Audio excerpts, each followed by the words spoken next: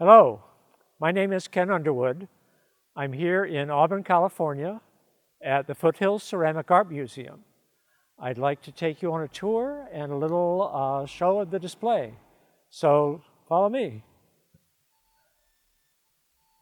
We're here at St. Luke's Episcopal Church in Auburn, and in the basement under the church. There are a series of 6 artist studios here, and we have painting, fiber, graphic arts, and even have a therapist who does art therapy. But I got one of the studios for my museum, and I named it Foothills Ceramic Art Museum, and I wanted to share my collection with the public.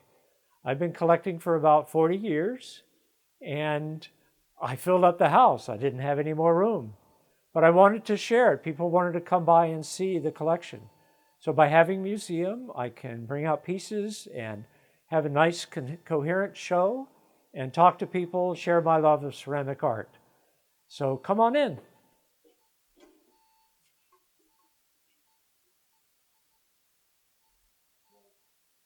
Welcome. Today I want to talk to you about how art, and clay in particular, can reveal a lot about the various cultures around the world and how their people lived and how they invented themselves over the centuries.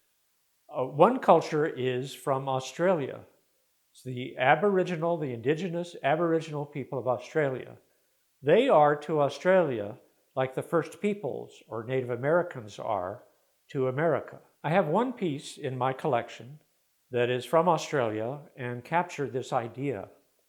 Here it is. The title is Bush Tucker Dreaming, and the artist is a woman named Diana. She lives and works out of Wally's Rock Hole in the very center of Australia. It's very native because it's made of red earthenware. And if you've seen pictures of Central Australia, you know that it is red desert. So she used the natural earthenware that's there around the pools and the springs in Australia. You notice there's a lot of dots, and each of those is a dot using acrylic paint, not glaze, but a paint. And each one is made with a Q-tip. The Aboriginal people call their prehistory the Dreamtime.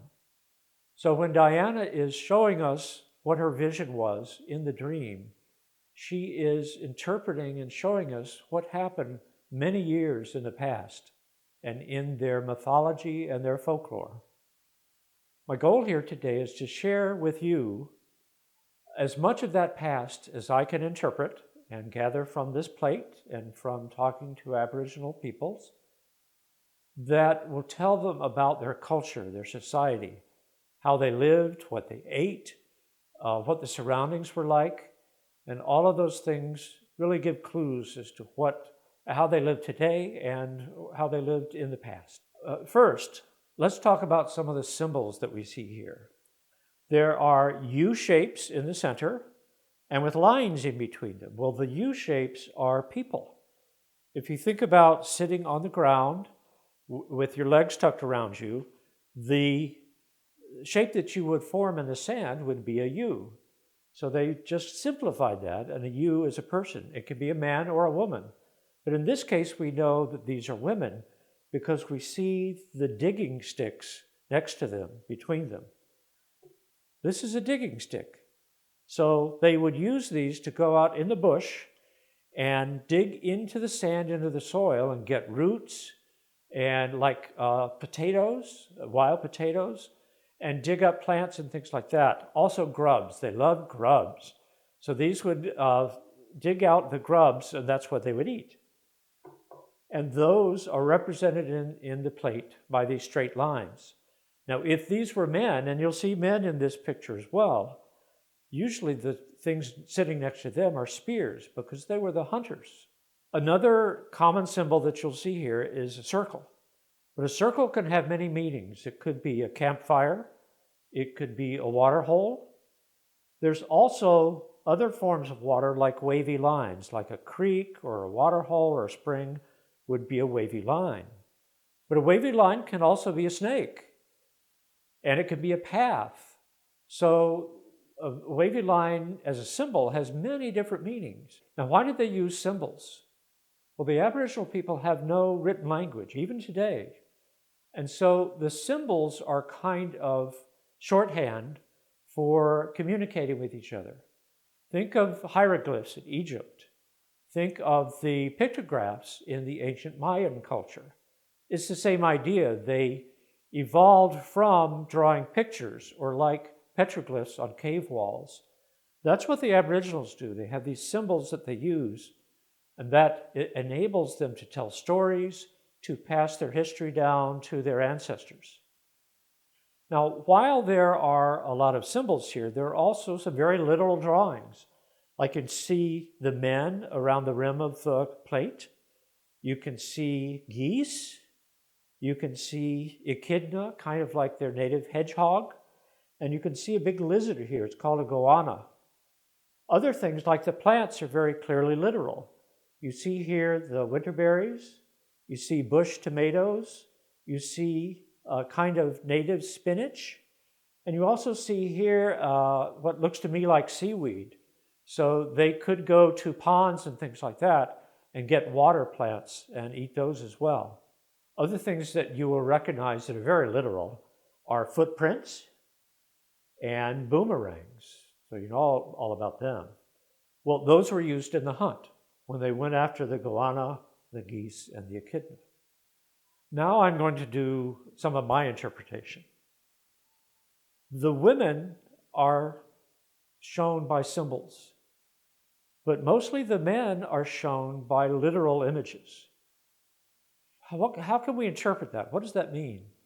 Perhaps the women have a stronger source of magic. Perhaps they're closer to the Dreamtime, so that they show up as very amorphic kind of symbols, very sacred, very hidden. Whereas the men are very literal.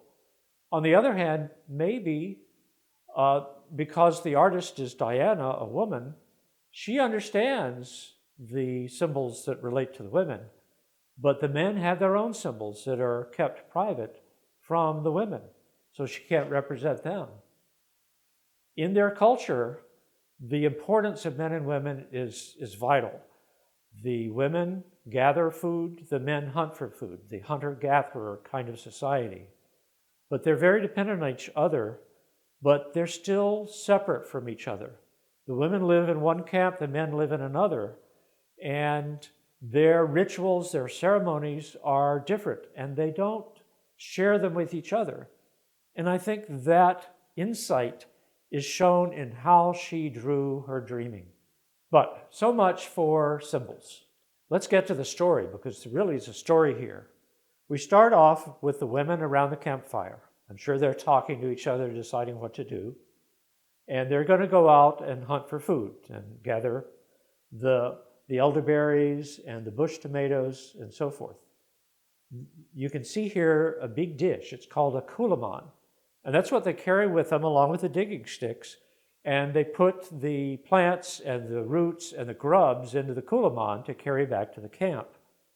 Now, what's interesting here is that this was not just an afternoon journey, because you can see a large number of paths. They go through water holes. They go by some snakes. There's 11 different encampments here, and it seems that the women break up. First, there's 6 women, and then there's encampments of 3 and encampments of 2. And so they're gone for quite a long time to search for food. And each of these is a location where they stop and dig. And every time you can see their digging stick, it's kind of like a clue of, well, I go here and I'll find this kind of food. If I go here, I'll find this other food. So it really becomes a map of their hunt for food and a story to tell other people where they can find their food the next time. The men do the same thing. When they're out hunting for the animals and gathering meat for the people, you can see their footprints quite literally, all the way around the pot. You can see the boomerangs. You can see the spears. You can see a man with a basket on his head, again, to bring the food back to the camp. And you can see here a man with a spear. So they're very active, and again, they're going long distances. So this is the story of the Aboriginal people from one woman's dream. I hope that you will create a similar piece out of clay. And what is your family's history? What stories do you have that you would like to tell your children and pass along to your children? Well, art captures those histories. It's one of the great purposes of art is that through centuries of making art, thousands and thousands of years, we see how the people lived, how they dressed, what they ate. You can do the same thing. Tell us how you live today. Tell us how your family lived. And I'd love to see you do that in your art. Make some clay. So if you do, I'd love to see it. You can bring it by the museum and I'd share it with people.